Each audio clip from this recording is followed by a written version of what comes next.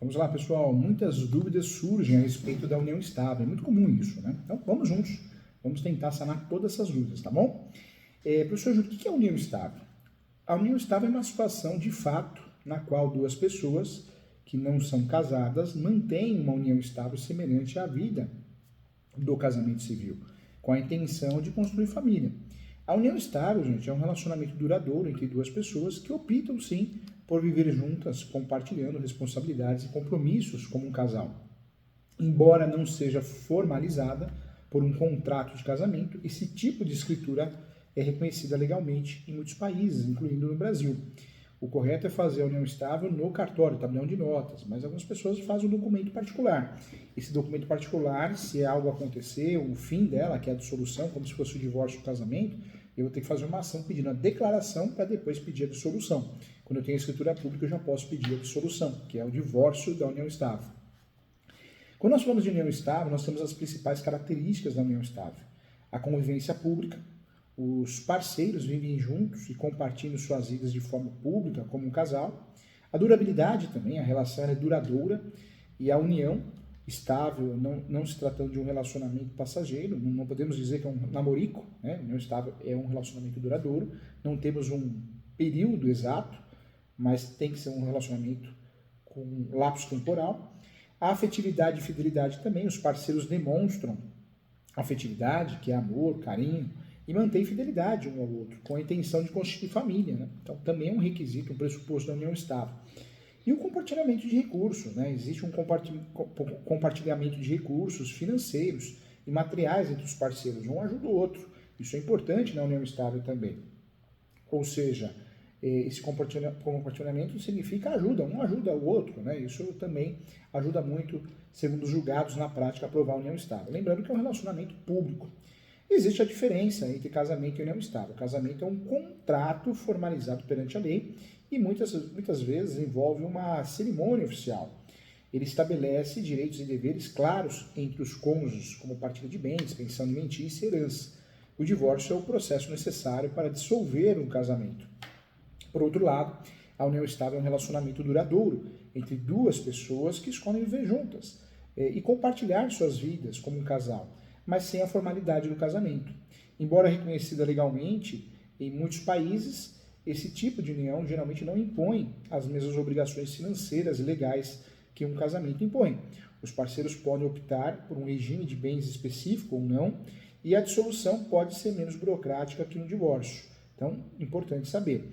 A união estável regular é aquela que eu faço no cartório, uma escritura pública, um documento público. Irregular, eu não tenho documento nenhum, ou um contrato de gaveta. É importante saber que na união estável eu posso fazer, sim, a união estável declarada, regular, com separação total de bens, união universal de bens. Eu posso, sim. Existem algumas implicações legais na união estável. No Brasil, a união estável é protegida pela Constituição Federal e possui implicações legais significativas. Direitos patrimoniais. Os parceiros têm direitos sobre bens adquiridos durante a união. Pensão alimentícia. Em caso de separação, um parceiro pode ter direito à pensão alimentícia. Herança, né, gente? Não podemos esquecer da herança. O parceiro sobrevivente tem direito a uma parte da herança ao falecido. A união estável, como fazer? Você vai perguntar para mim. Eu acho que o primeiro passo é a preparação dos documentos, reunir os documentos, né, necessários para formalizar. Documentos pessoais como RG, CPF, certidão de nascimento, solteiros, ou certidão de casamento anterior com a averbação do divórcio, comprovante de endereço, que é conta de água, luz, entre outras, telefone, contrato de aluguel, declaração de união estável. Algumas vezes o cartório fornece um modelo, um formulário para preencher detalhando informações sobre a convivência, né, o início do relacionamento. Testemunhas, normalmente são necessárias 2 testemunhas maiores de 18 anos que conheçam o casal e possam confirmar a convivência. Alguns cartórios pedem, outros não. Então existe uma diferença aí de entendimento de um cartório para o outro. O próximo passo é agendar, entrar em contato com o cartório de notas, também conhecido como tabelião de notas, agendar, fazer o agendamento do atendimento. O terceiro passo seria o comparecimento no cartório no dia agendado. O casal e as testemunhas devem comparecer ao cartório com os documentos mencionados. Depois vai a lavratura do documento, né? No cartório, o tabelião, o notário, entrevistará o casal e as testemunhas para confirmar os detalhes da união estável, algo bem simples, bem rápido, bem didático, e vai lavrar o documento. Lavrar é fazer a escritura pública, um contrato público. Depois vai ser assinado, então ocorrem as assinaturas e o registro, após a confirmação dos detalhes. O tabelião vai redigir a declaração de não estável, a escritura pública de declaração de não estável, e se estiver tudo correto, todos devem assinar o documento. E o último passo é o recebimento do documento, após o processo, né? Falo processo, mas não vai pensar que é processo do fórum, né? Após o procedimento, pronto, fica mais didático, o casal receberá uma via da declaração de união estável, que é um documento oficial que reconhece legalmente esse tipo de união. E lembrando que o casal pode solicitar esse documento em qualquer momento, em qualquer situação, quando precisar, vai solicitar o translado, né, a cópia, a segunda via, isso pode ser feito sim, tá bom? Eu vou deixar à sua disposição o modelo de declaração de união estável aqui nos comentários para te ajudar, só para você entender como funciona, se você precisar usar, está à sua disposição, tá bom? Um abraço.